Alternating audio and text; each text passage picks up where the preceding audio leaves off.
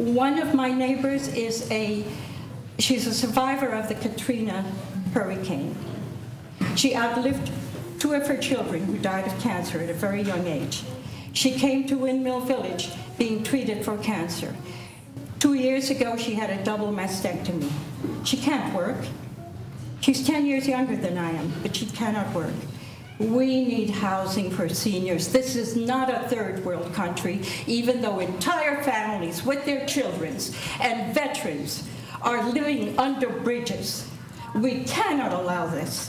We have to have residences for people and for seniors. We're frail. We need to be taken care of. The generation of today is resting on our shoulders. We have a man who's in his 90s who fought in the Second World War for us. Are we going to deny him a place to live?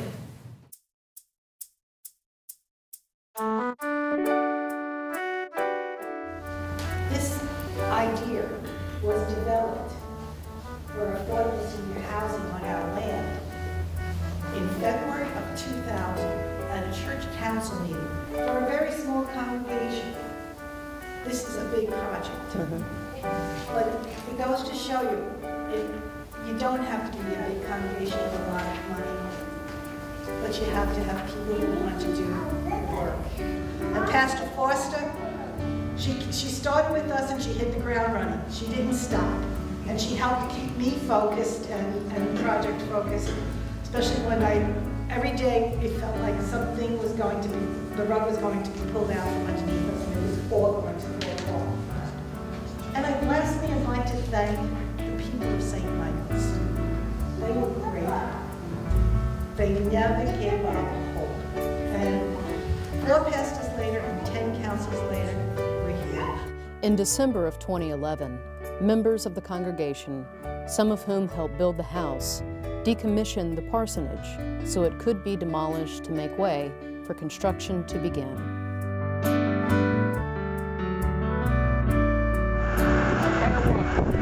Walk it ahead just a little bit now. Just push those levers. Both at the same time.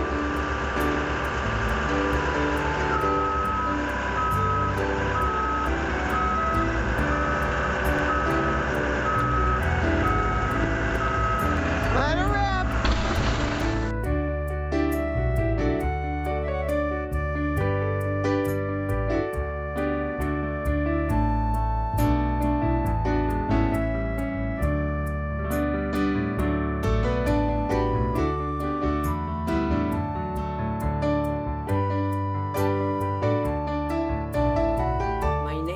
Christine Nazar.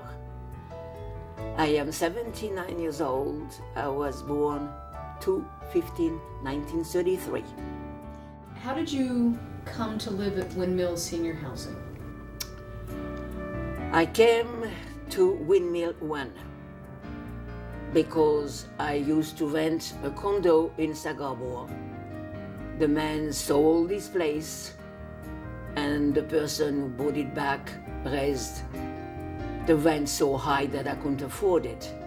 I then looked for another condo, and after 2 or 3 years that I was there, it got sold.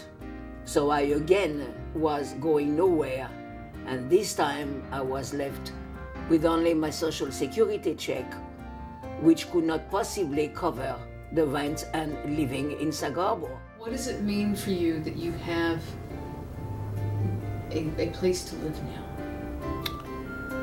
It now means to me to have a place to live is sheer freedom.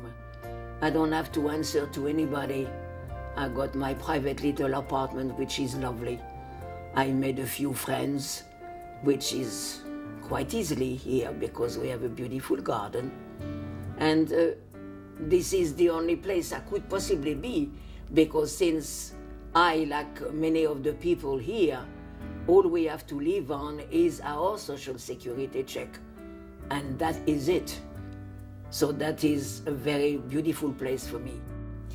If you didn't live in Windmill, in senior citizen housing, where would you live? In the woods. We are building a community here. This is what we all help provide. Not just another project, not just another site plan approval that was granted, but home for our seniors to live out their lives in safety, with self-respect and independence.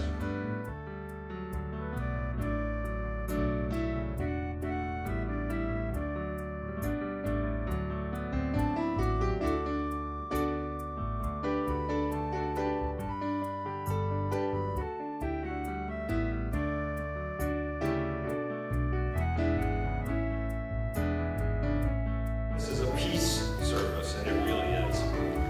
Because the biblical word for peace means wholeness, wellness, goodness. And that's what we're experiencing today. We're giving people the opportunity to be well, to have safe, affordable housing. And that's on the side of the angels to do that. East Hampton is known for many things: great beaches, great restaurants, great architecture, and a playground for the rich and famous. But it is also a place where the community says simply that housing is a human right. It is not a privilege. And there are many people who will work very hard to make a home for those who have been priced out of the market a reality. The past 40 years, I've been fortunate enough to work with groups in peace and justice and in housing, and common theme that runs through both is that if you want peace, you work for justice.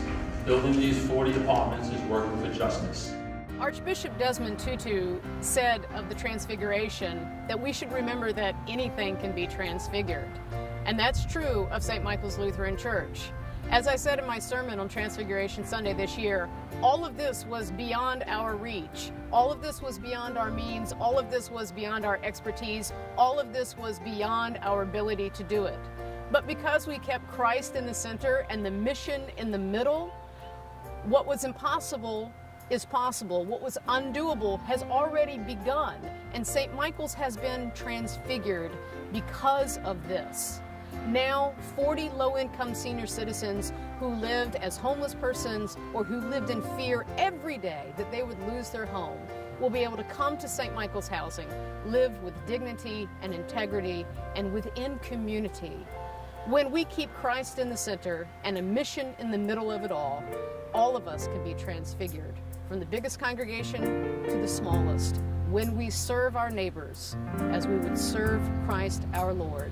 We become transfigured, and things that are impossible become possible.